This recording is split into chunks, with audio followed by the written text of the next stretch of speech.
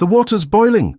shouted one of the cooks with a Puerto Rican accent as she ran to turn off the pot, overflowing on the industrial stove.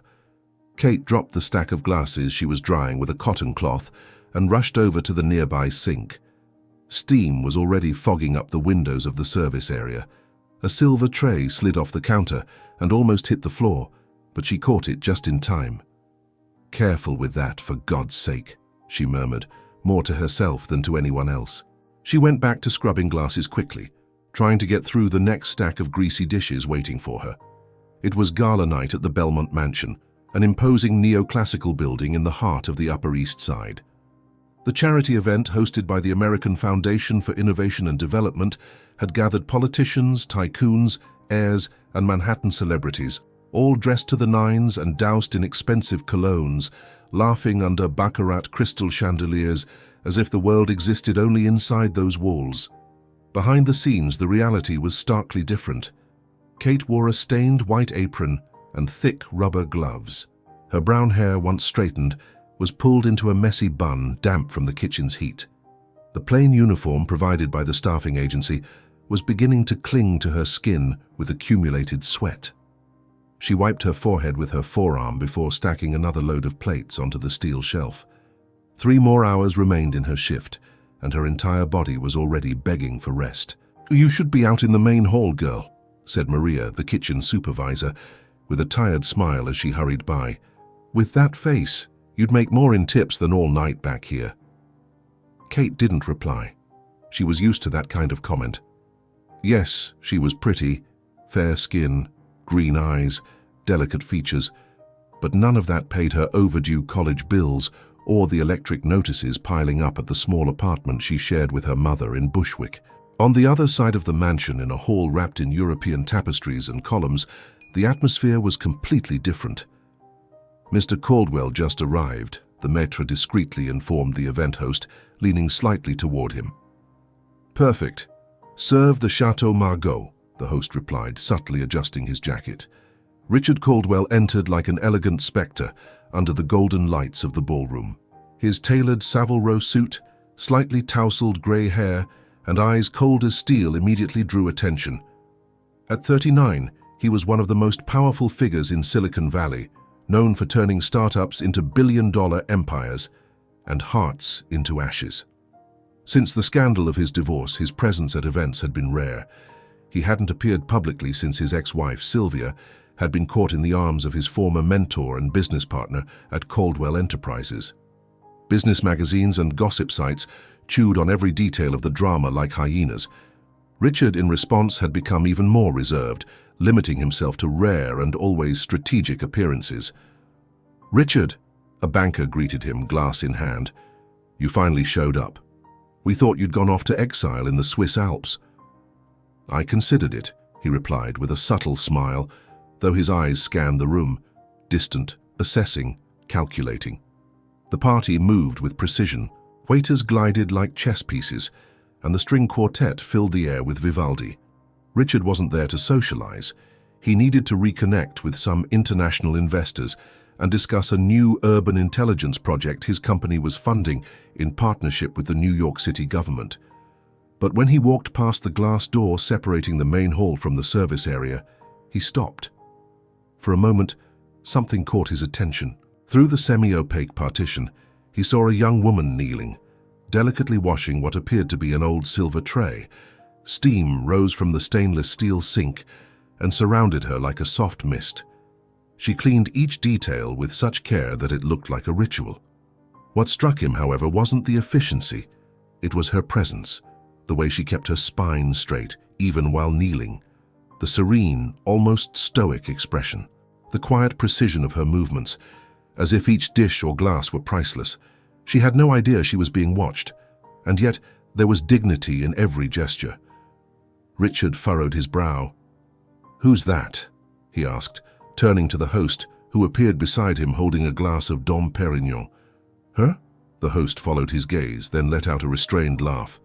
"Ah, Richard, always so observant. She's one of tonight's special guests, one of those discreet surprises." "Surprises? You know how these parties work.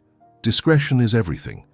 Some agencies have creative ways of making their talent blend more, organically into the event, sometimes as waitstaff, other times as kitchen help.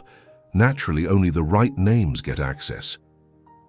Richard looked back at the young woman, now drying her arms with a clean towel.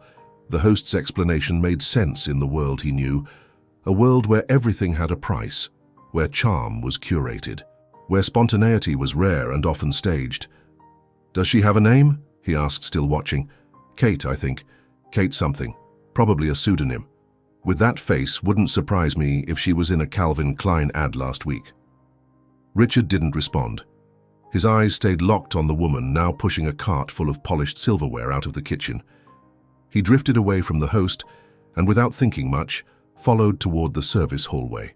He passed the maître, sidestepped two waiters carrying canapé trays, and slipped through one of the discreet doors. The space was darker, more humid. The sounds of clanging pots, the scent of soap, and the kitchen heat filled his senses. There she was again, with her back to him, organizing silverware into a steel container. Alone. "Good evening," he said. Kate turned instinctively and widened her eyes when she recognized the man in front of her. Tall, imposing, known from every financial paper. "Good evening, sir," she replied quickly, returning to her task. "No need to pretend, Kate," he said, stepping forward. "I know why you're here." She froze. Her expression shifted slightly, as if she'd just been slapped. "Excuse me? Can we talk in private? I promise I'll be brief." Kate looked around.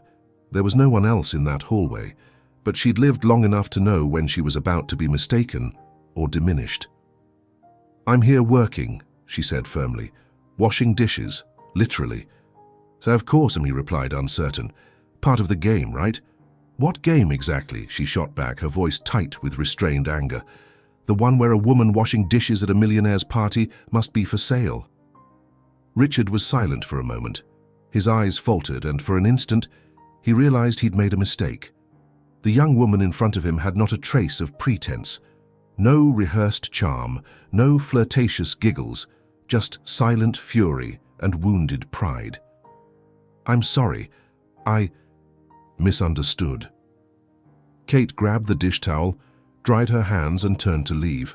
"Oh, you understood, like everyone does when they see a poor woman in a place she's not supposed to be."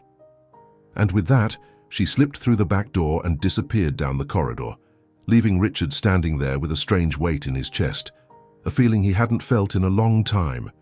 Shame. He returned to the ballroom, but none of the music, the fine wine, or the lively chatter mattered anymore. Across town on a crowded subway headed for Brooklyn, Kate leaned her forehead against the window and closed her eyes. Her body ached, but it was her heart that felt heaviest. She only wanted to study, work, succeed, not be mistaken for something she wasn't.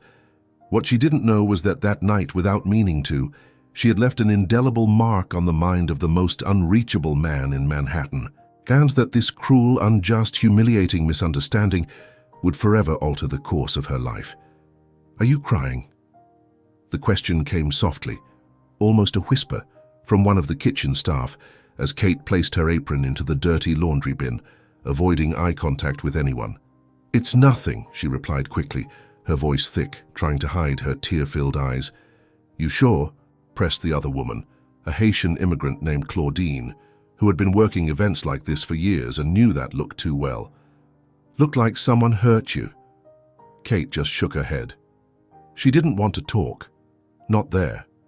Not in that tiny locker room, where the muffled sound of classical music still seeped through the walls from the ballroom she wasn't allowed to step into. She threw her damp hair back, took a deep breath and grabbed her worn-out backpack hanging from the wooden hook by the door. Her phone screen was cracked and the battery was under 15%, but there was a message from her mom. "Let me know when you're done. I'll heat the soup." She typed back quickly, her fingers trembling. "On my way." It was nearly 1 a.m. when she exited through the back door of the Belmont mansion alongside the other support staff. Outside, the cold bit at her skin.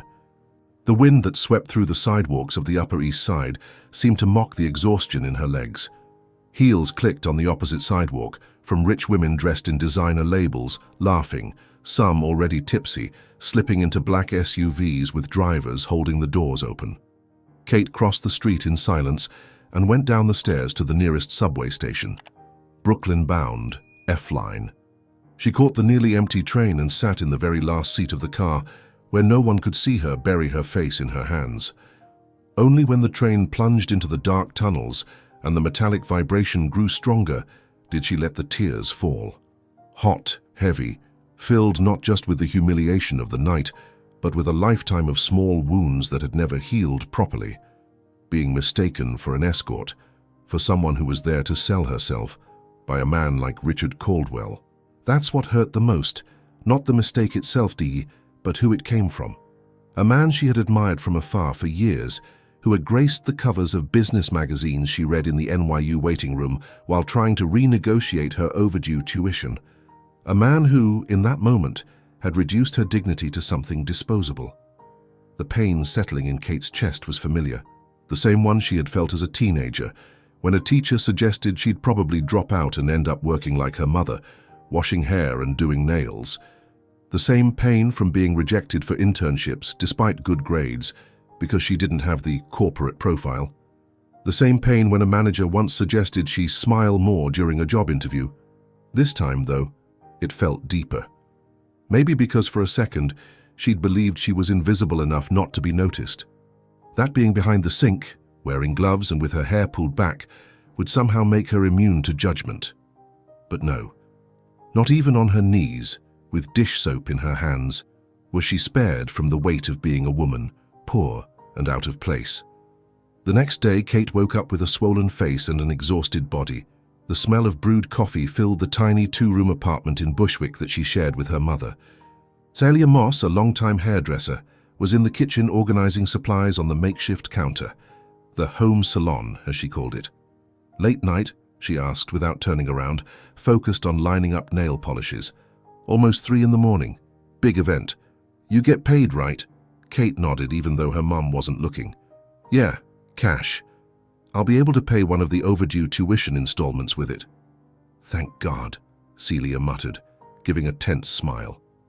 The second notice was already in the mailbox. Kate grabbed her coffee mug and sat down on the rusted kitchen chair. The seat made a faint metallic creak, common in a place where everything was makeshift but functional. Mom, have you ever been mistaken for something you're not? She asked suddenly. Celia looked over her glasses, surprised by the tone of the question. Plenty of times. Why?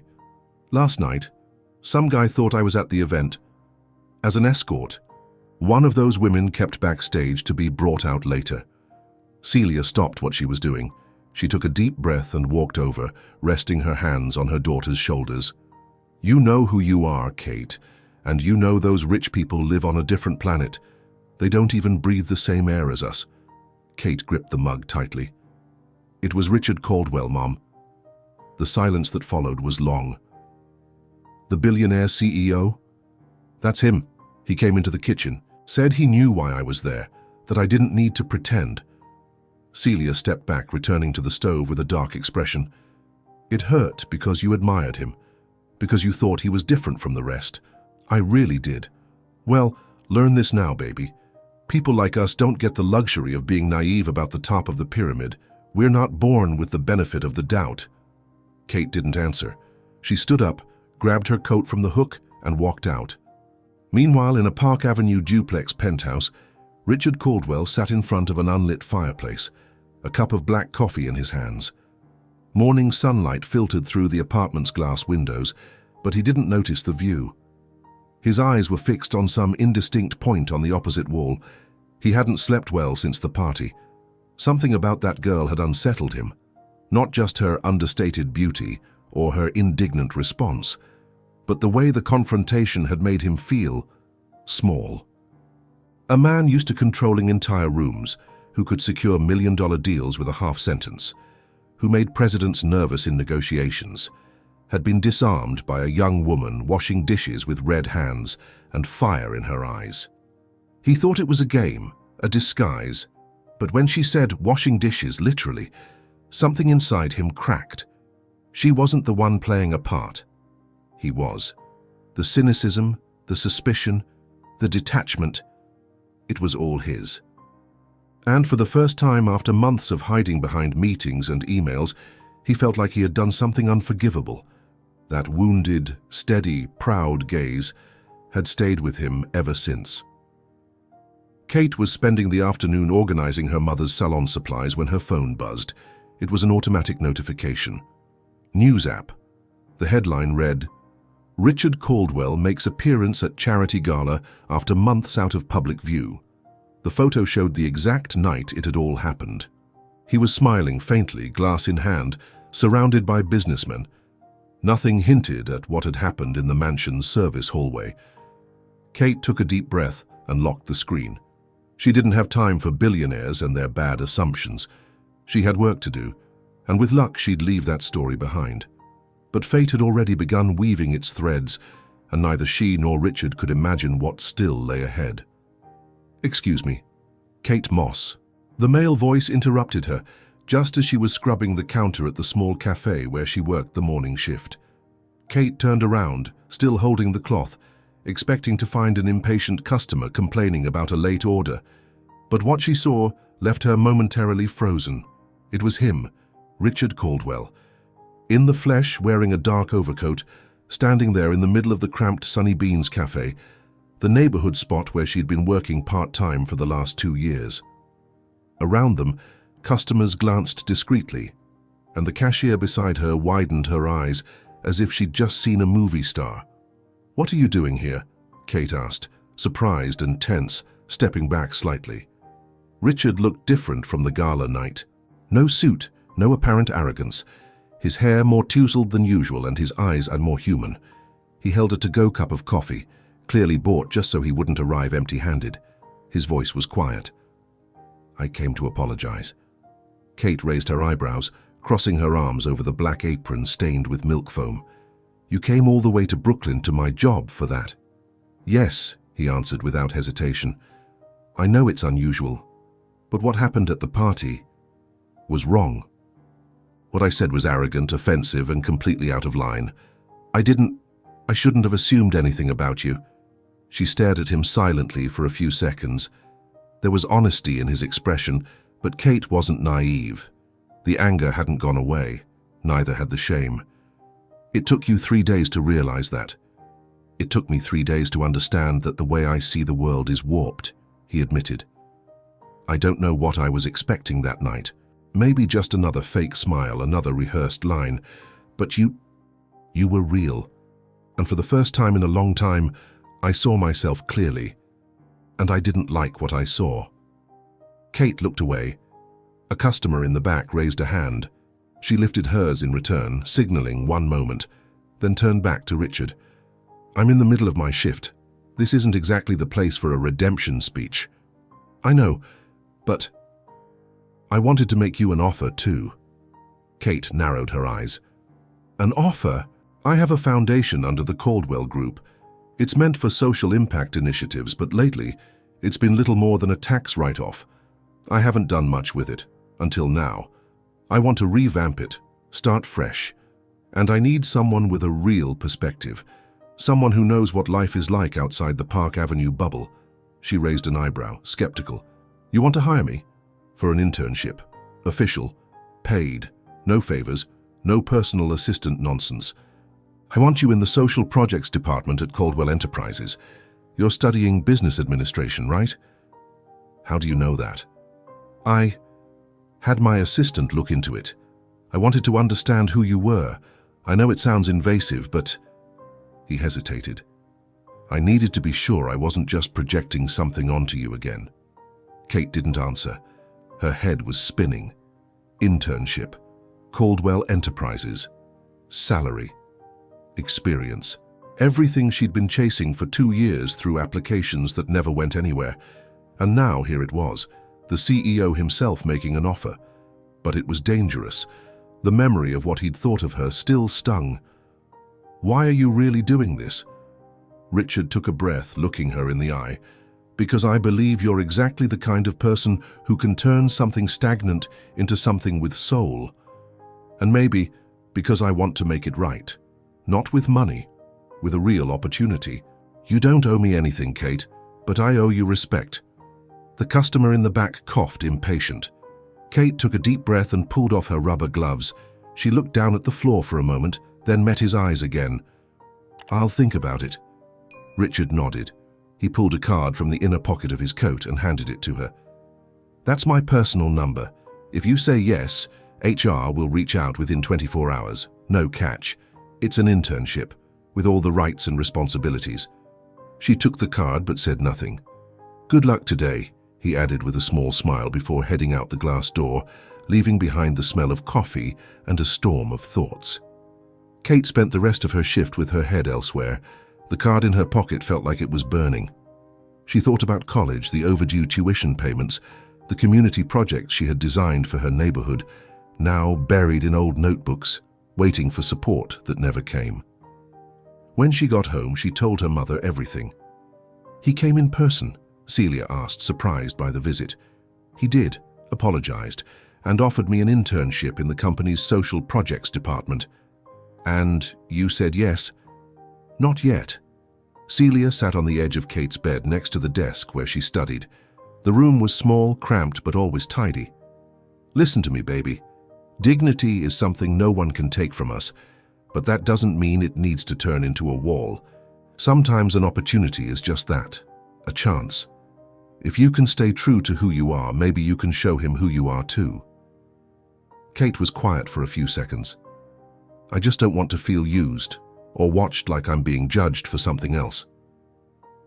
"Then set your terms," Celia said firmly. "If he really wants to help, he'll agree." That night, Kate sat on the couch with her phone in hand. Richard's card sat on the coffee table. She took a deep breath and dialed. "Caldwell, it's Kate Moss." Silence for a second on the other end. "I thought you wouldn't call." "I thought about it a lot, talked to my mom, and I've decided to accept, but under a few conditions." "I'm listening." "I want to be treated like any other intern, no perks, no hidden favors. I want to be evaluated for what I deliver, and this," she paused, "is strictly professional." "Fair," he replied, "more than fair."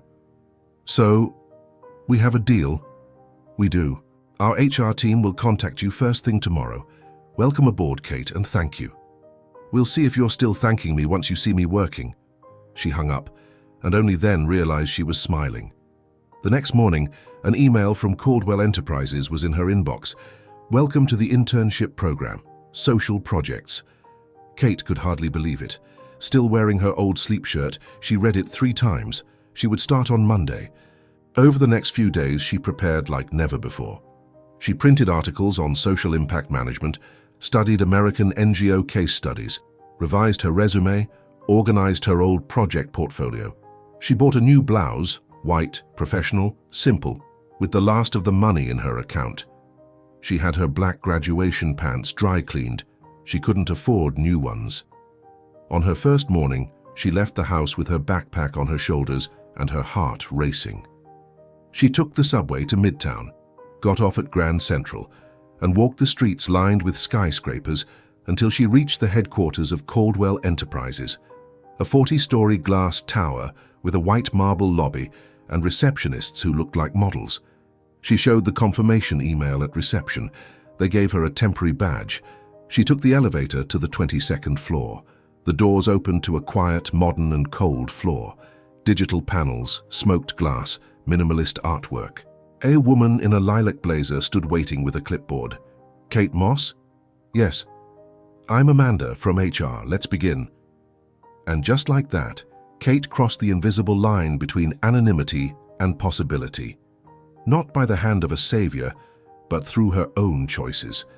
With her feet planted firmly on the ground, her dignity intact, and a burning will to prove she was so much more than Richard had once dared to assume. "My badge isn't working," said Kate, trying once more to swipe the magnetic card at the door to the 22nd floor of Caldwell Enterprises. On the other side of the glass, a blonde assistant with a high bun watched her like someone inspecting a misplaced delivery. Without standing up, she pointed to the intercom. "Press the button and wait. Interns come in through the side, near the support division." Kate thanked her politely, even though her throat was tight. The cheap blazer itched her neck. The new shoes were cutting into her heel, and her backpack full of notes and plans bumped awkwardly against her waist with each step. She followed the indicated path, down a long corridor leading to the support area, where the interns, admin assistants, and part of the project team were based. It was her first day in the Caldwell Foundation's internship program, and while she hadn't expected it to be easy, the feeling of being treated like an intruder had followed her since she stepped into the building. "Name?" asked a sharp voice, a middle-aged woman with glasses slipping down her nose, typing without looking up. "Kate Moss, Social Projects Internship." Here you are. Room 3B. You'll report to Coordinator Lara Sheldon, and please try not to be late again." "But I arrived 15 minutes early," Kate replied, polite but firm. The woman simply nodded toward the hallway. Kate took a breath and walked on. Room 3B was a glassed-in space with modular dividers and the strong smell of reheated coffee. A group of 5 interns clustered around laptops, whispering and laughing quietly. All wore discreet designer clothes, carried leather portfolios, and worked on sleek notebooks. As soon as Kate walked in, the conversation stopped. "Hi, I'm Kate," she said with a smile. "Social Projects intern. They told me to come here." "Oh, you're the one who got personally recruited, right?" said a red-haired intern in a Burberry blouse. "Fancy." "I was recommended, yes," Kate replied, surprised by the passive-aggressive tone. "She came from Caldwell's event. Must have made quite the impression," added a guy with glasses, smirking. Kate tried not to react. She simply nodded and made her way to a chair in the corner, where she could observe without being watched too closely. She had lived this before, in interviews, classrooms, and campus corridors. Judgment came quickly when your listed address was Brooklyn and your education was public. A few minutes later, Coordinator Lara walked in with a folder in hand and a no-nonsense expression. "Good morning, team. We have a project being restructured, the Living Cities program, aimed at revitalizing unused public spaces in low-income urban areas. It launched 2 years ago, but fell into neglect. The directive now is to reactivate it, and the deadline is tight." As she spoke, she handed out spreadsheets and pointed out tasks. "I've assigned roles based on specialty. Kate, you'll review the field files and propose a relaunch plan based on real data." Everyone turned to her. Some looked mildly shocked. Others tried to stifle a laugh. Kate calmly took the folder. She read the initial overview and quickly realized the project had been poorly structured from the start. The reports ignored key statistics, the community mapping was incomplete, and there were no records of any local outreach. "I can reorganize this, yes," she said calmly, "but it would be more effective if we included interviews with community leaders, public health data, and transit patterns.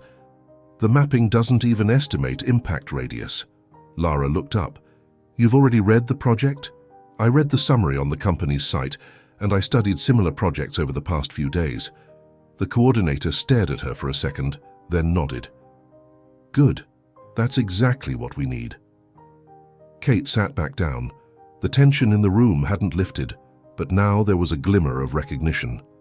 Over the next few weeks, Kate threw herself into the project. She arrived early, stayed late, took handwritten notes, redrew maps, called community councils, and pulled public data from the city. With each internal presentation, her name gained traction, though that only fueled resistance from some colleagues. "Looks like Caldwell's golden girl is out to save the world single-handedly," she once overheard leaving a meeting. But she didn't respond. She knew that in this world, every move was watched, every mistake magnified. So she delivered results. Consistently. In less than a month, her relaunch plan for Living Cities was presented to the Foundation's board. Richard watched the presentation silently, seated at the back of the room. Kate didn't look directly at him. She knew he was there. She felt his gaze, but she stayed focused on the slides, the numbers, the images of abandoned basketball courts, forgotten community gardens, schools that could reopen on weekends. "This project doesn't need a new face," she said firmly. "It needs infrastructure, and that starts with listening, data, and technical execution." When she finished, the room was silent for a few moments. Then they applauded. Lara smiled subtly. So did Richard, but he didn't speak. He simply left quietly at the end of the meeting. That afternoon, while Kate sipped coffee in the break room, he showed up. "May I sit?" he asked. She nodded, surprised. "Congratulations. Your presentation was flawless. You brought soul to the project." "I brought reality, Mr. Caldwell. There's a difference." He gave a slight smile. "And you keep reminding me of that every chance you get, don't you?" Kate held his gaze for a moment. "It's not personal. I just can't fake it." "I don't want you to. I never did." Silence. "The team. They're not making it easy on you, are they?" he asked, more serious now. "No, but I'm not surprised. I've been in tougher places." Richard leaned his elbows on the table. "I just want you to know if it ever crosses a line, you can come straight to me." "I appreciate that, but I'd rather handle it my way." He nodded respectfully. "I'm glad you accepted the internship, Kate." "So am I. More than I expected." That night, on the subway ride home with folders in her lap and her body aching, Kate realized something she hadn't fully noticed until then. She wasn't just surviving anymore. She was building, earning space, with her own hands. And deep down, though she wouldn't admit it aloud, she felt something quietly shifting inside her when she thought of that man. The one who had hurt her, yes, but who now looked at her with a mix that was hard to ignore: respect and admiration. "I need to confirm your full name for the party badge," said the event secretary, balancing a clipboard in her hands as she stood in front of Kate's desk. "Kate Moss," she replied, without looking up from the social impact analysis spreadsheet. "And your +1? "I'm not bringing anyone," she said quickly. Her tone clipped. The woman raised her eyebrows, jotted something down silently, and walked off. Kate exhaled slowly. It wasn't like she had anyone to invite anyway, and even if she did, the idea of putting herself out there even more wasn't appealing. Since her project had been approved and she officially joined the Caldwell Foundation team, the stares, whispers, and assumptions had become routine. Some claimed she had charmed the boss. Others hinted she had access to information no one else did. And while her coordinator Lara defended her whenever possible, even she couldn't stop the murmurs in the hallways. The annual Caldwell Enterprises Gala was set for that Friday, a black tie event that brought together employees, executives, and high-profile guests on the rooftop of a 5-star hotel in Tribeca, with sweeping views of the Manhattan skyline. Kate knew her presence was mandatory and strategic. Her project was going to be highlighted as one of the company's biggest successes that year, and her attendance was symbolic. All she had to do was survive the night without stumbling or attracting more attention than necessary. The elevator doors opened with a soft metallic chime. The rooftop lobby was bathed in amber lights, tall lily arrangements, and crystal glasses shimmering beneath the glass ceiling. Outside, the city lights twinkled like an upside-down sea of stars. A live jazz quartet played elegantly in the background. Men in tuxedos, women in silk gowns, waiters moving through the crowd with gleaming trays. It all looked like something out of a movie. Kate stepped in slowly, the new heels already pressing into her heel. She wore a burgundy dress with thin straps, carefully tailored by a neighbor in her building. Her hair was up in a simple, voluminous style, her makeup understated. She wasn't red carpet glamorous, but there was elegance in her presence. She knew who she was, and that's what she wore. "Wow," said a familiar voice behind her. She turned slowly. Richard was there, tall, striking in a tailored tuxedo, his hair effortlessly neat, his eyes locked on her like time had paused. "You look incredible." Kate lowered her gaze for a moment, caught off guard. "Thanks. I didn't expect you to say hello this soon." "I thought about waiting, but it'd be a lie to say I haven't been hoping for this moment since I got here." She let out a small, nervous laugh and looked away. "Careful what you say. A lot of sharp ears around tonight." "I don't care about that tonight." She looked back at him, serious. "Well, I do." He nodded, respectful. He was calmer than usual, almost gentle, and despite all the glamour around them, his eyes remained steady on her. "Would you like to dance?" Kate blinked. "Here? With you?" "With me. Here. Now no one's going to stop you." She hesitated, looked around. The stairs had already found them. Some whispered. Others simply watched, trying to make sense of what was unfolding. "Just one song," she said finally. He extended his hand and she took it. They walked to the center of the floor in slow steps. The band began playing an instrumental version of "Fly Me to the Moon." Richard placed one hand on her waist, the other holding hers. Kate rested her free hand on his shoulder, tense at first. But as the first steps flowed, something inside her eased. "I thought you'd be a terrible dancer," she murmured. "I am. But I rehearsed this in my head for hours today," he replied with a smile. "Afraid of messing up? Terrified. Why? Because this is the only dance that matters to me." Kate tried to hide the impact of his words. Their eyes met mid-song. The world around them slowed. She tried to recall all the reasons she had to keep her distance, all the inner warnings. But the way he looked at her, it was different. It wasn't superiority. It wasn't empty desire. It was admiration, care, sincerity. When the song ended, they stood still, not pulling away. Applause came, soft, polite. But Kate barely heard it. She was lost in his face, so close to hers. "I have to say something," Richard said. "Not here. Not now. I can't hold it. It's eating me alive." She inhaled deeply but didn't stop him. "I'm in love with you, Kate. And it's not the light, distracted kind. It's the kind that knocks the ground out from under you, that breaks down pride, that changes a man. I know what I did in the beginning, and I don't expect forgiveness, but what I feel now is real for you, for your strength, for the woman you are." She stayed silent, wanted to answer clearly, but her heart was pounding too fast. "I can't get involved with you," she said at last, voice low. "Not now, not here. Not after everything I fought to earn. If I take that step, I risk losing everyone's respect." "And what if you lose the respect of the wrong people?" he replied, "and gain the respect of those who really matter? I matter. I need to respect myself. And I'm still learning how to do that." Richard exhaled gently. He didn't push. "I understand. And if that ever changes, you'll know where to find me." Kate nodded, stepped away slowly, returned to the edge of the ballroom where she could breathe again. That night would change everything. She knew it, even if she didn't have all the answers yet.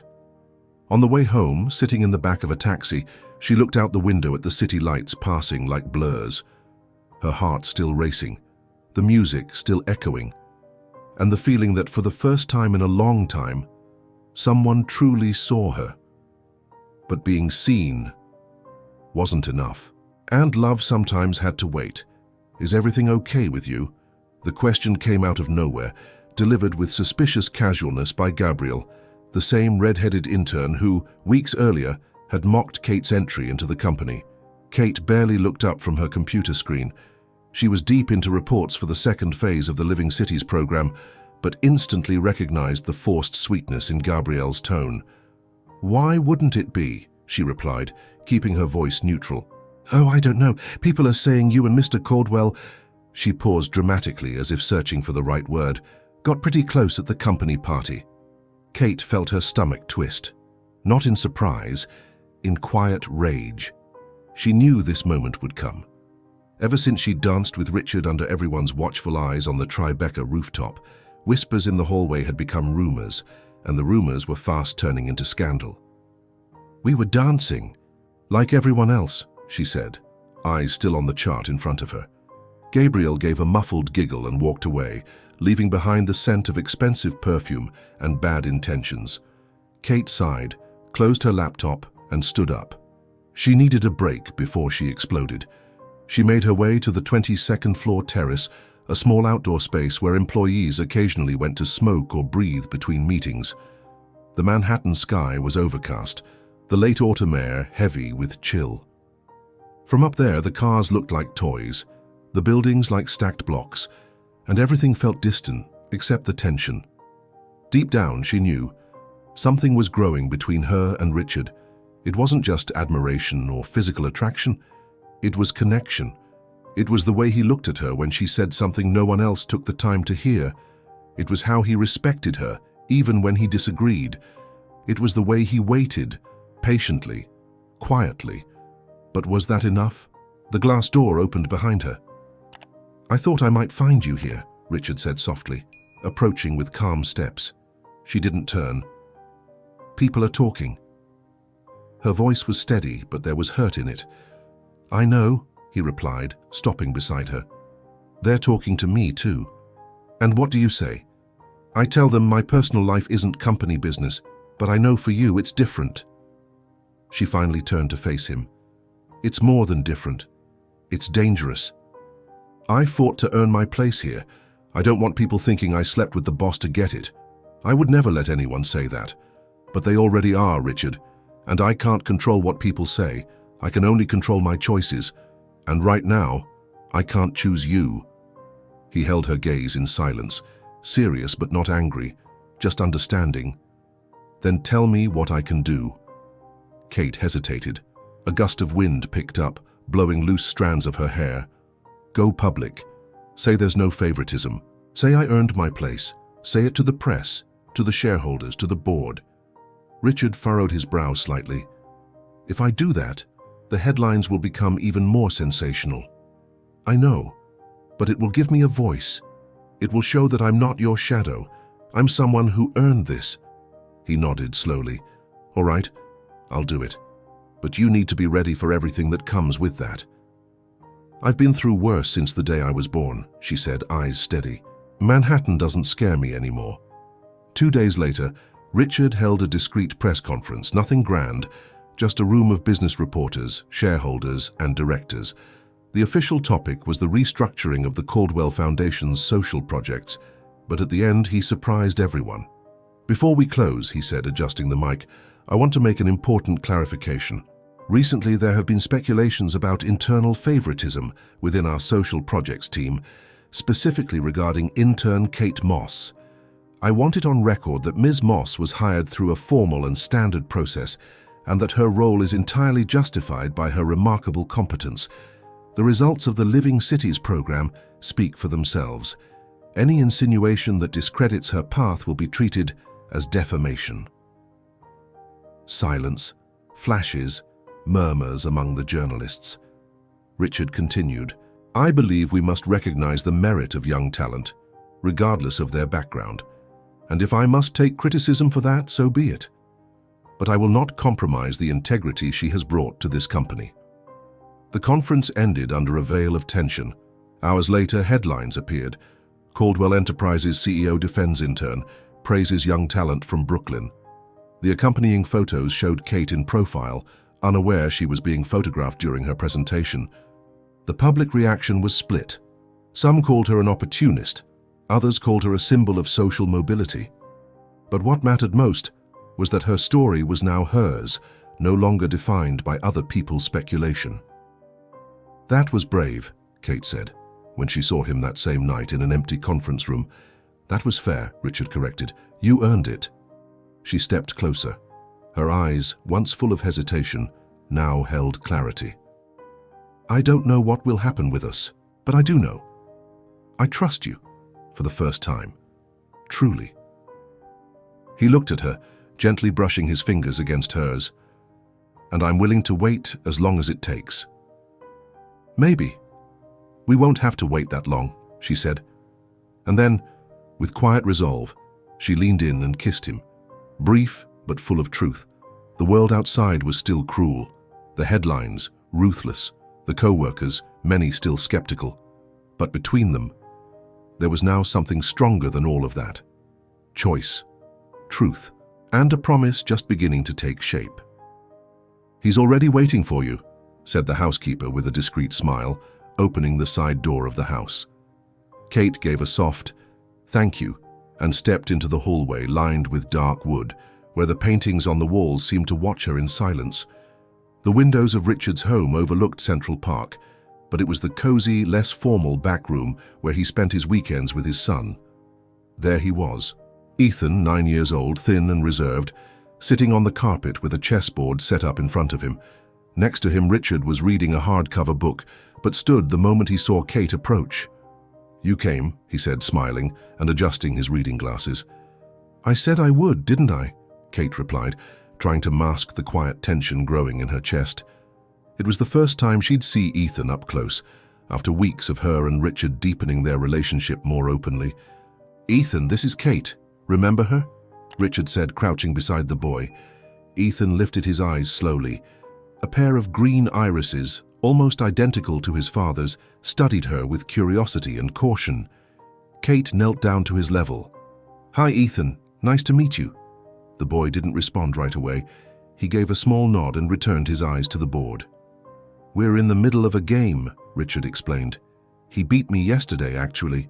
Kate smiled. You play chess? I do, Ethan said softly. I learned from my grandpa. Wow. I've always been terrible at chess. I can never think more than 2 moves ahead. You have to think 5, he corrected her, now with a spark in his eyes. 5? Oh boy. Looks like you're going to have to teach me. Richard watched quietly, pleased by the exchange. In the 2 years since his messy separation from Ethan's mother, the boy had grown even more withdrawn. Their weekends were quiet, filled only with games and books. Kate's presence in that space was a risk, but one full of hope. Over the next few hours, the 3 of them spent time together in the house. Kate learned a few new chess rules from Ethan. They watched an old cartoon in the TV room and had homemade pancakes for lunch made by Richard, who, to Kate's surprise, actually cooked well. He only knows how to make pancakes and risotto, Ethan whispered to her as he poured syrup on his plate. But he cooks them like a real chef. Kate laughed out loud. Good to know. Next time I'll bring my mum's recipe notebook. We'll expand this menu. Ethan grinned for the first time, a big, toothy smile, the kind only children who feel safe can give. Later in the afternoon, while Kate helped Ethan clear the plates in the kitchen, Richard walked in with a calm look. He liked you, he said quietly, and I liked him very much. I haven't seen him this light in a long time.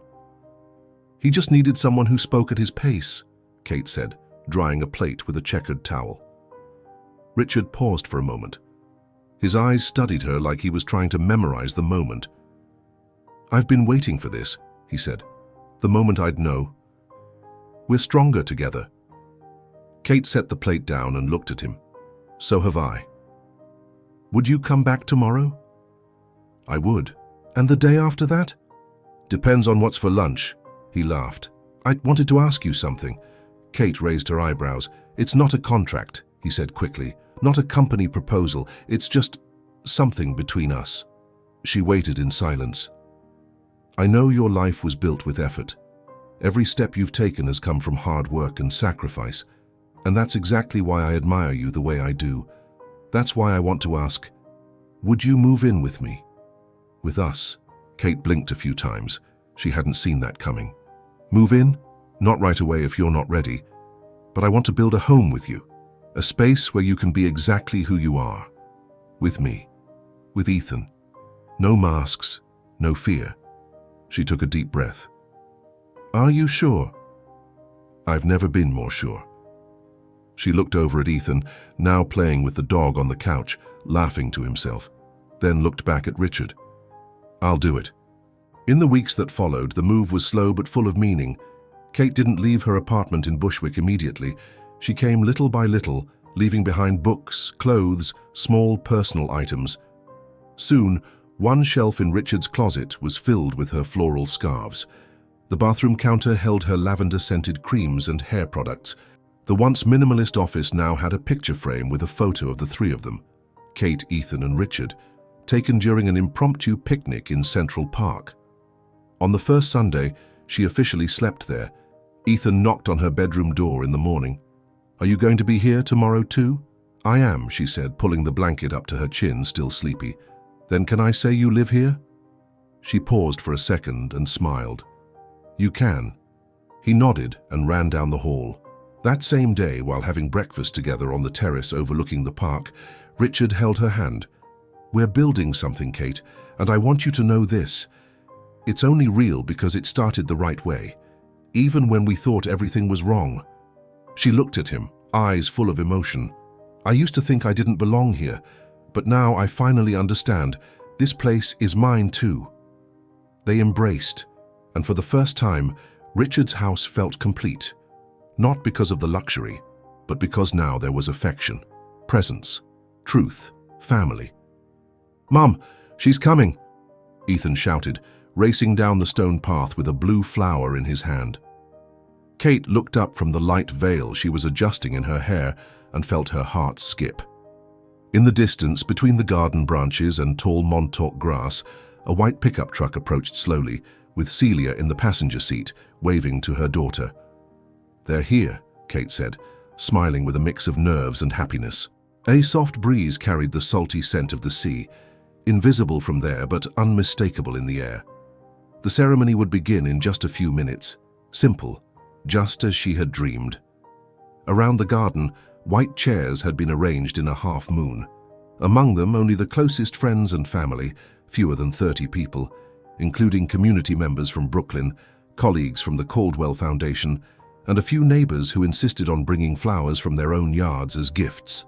Richard stood a few feet away next to the pastor and Ethan, adjusting the cuffs of his pale blue shirt with his son's help. He wore beige pants and dark shoes, no tuxedo, no extravagance, just him as he truly was, a man in love at the start of something new.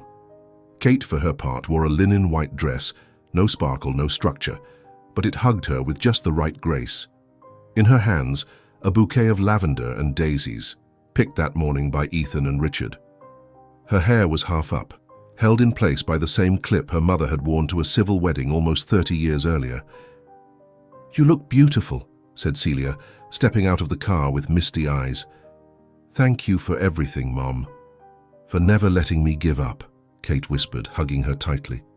"I always knew you'd find your place. I just didn't imagine it would be in a garden like this, with the sea singing nearby." They laughed together. Then Kate turned toward the makeshift altar between two olive trees, covered in rustic linen, and a small arch of intertwined ivy. "It's time," she said, taking a deep breath. When Kate stepped onto the lawn, silence fell. There was no wedding march, only the sound of birds and wind rustling through the leaves. Her eyes found Richard's instantly. He stood waiting with a calm smile, a gaze full of memory and tenderness. Ethan, beside him, held the rings in a small wooden box he'd painted himself. Kate walked slowly between the chairs, each step a confirmation of everything they'd overcome. The dishwashing shifts, the rooftop dance, the harsh headlines, the judgment, the doubts, and finally the certainty. She reached the altar and took Richard's hands. He whispered, "You were always the star of the show, I just didn't know it yet." She smiled, her eyes gleaming. "And you are the unexpected invitation I never would have had the courage to refuse." The pastor smiled along with them. The ceremony began. There were no long speeches, no grand promises. They said only what mattered, that they had chosen each other, not out of need, but out of want, that they had seen each other in the rawest form and stayed, that they wanted to build a home where truth, respect, and love were the foundation. When it was time for the rings, Ethan handed them over carefully and smiled at them both. "So, are we like a team now?" he asked quietly. "The best team in the world," Kate replied, kissing his forehead. The ceremony ended with a long kiss. Soft applause filled the space. Soon everyone was gathered around garden tables where trays of bread, pies, and fresh lemonade sat beneath colorful cloths.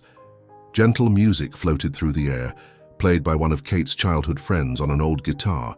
Later, as the sun dipped behind the trees and the sky turned pink, Kate and Richard slipped away for a few quiet minutes, walking barefoot across the damp grass. "You know what I love most about this place?" she asked. "The silence. The silence and the time. It feels like everything here has time to breathe, to ripen, to bloom. Like us." She nodded, resting her head on his shoulder. "When I first started working in that kitchen, washing dishes, counting the minutes until my shift ended, I thought my life had stalled, that the world had already decided where I belonged, and now, here, with you, with Ethan, I feel like I'm really living for the first time. You weren't stalled, you were warming up the engine, "And look how far you've come," he said, smiling. "You've climbed every step, including the one to my heart." "Dork." "You're dork," he corrected, kissing the top of her head. Years passed. The house in Montauk became a refuge. On weekends, Kate and Richard took Ethan, now a teenager, on beach walks, spontaneous fishing trips, or quiet nights filled with board games and old movies. Richard scaled back his corporate agenda and handed many of the company's decisions to a new leadership team. Kate officially became president of the Caldwell Foundation and turned it into a model for social impact, with programs spread across all of New York City. She appeared at conferences, gave talks, and was featured in profiles on female leadership and social inclusion, but she refused awards. She said the greatest recognition was seeing a revitalized park filled with kids playing, or a school open on weekends offering music lessons to teens in the Bronx. One summer Sunday, while playing in the garden with a giggling 3-year-old girl, the couple's youngest child, Olivia, Kate watched the scene with full eyes. Richard sat on the grass pretending to be a castle surrounded by dolls. Ethan, now 15, watered the plants with the hose pretending to be annoyed. Olivia ran circles around them, cheeks flushed from laughter. Kate held a cup of tea, seated on the same wooden bench where she'd sat on their wedding day. The wind blew the same way. The sea still sang in the distance. She thought about the gala, the kitchen, the shame, the pride. She thought of all the doors that once felt shut, and of the one that had opened by mistake, or maybe by fate. She looked at her daughter, then at her husband, and whispered to herself, "I thought I was just washing dishes at a party, but I was already beginning to write my own story." And this time, she really was the star of the show. Hear what it meant to you. Remember to hit the like and subscribe buttons. This is really important for the channel. Really important. And if you're ready for another story of love and hope, click the first card or the second one to watch the full playlist. See you there.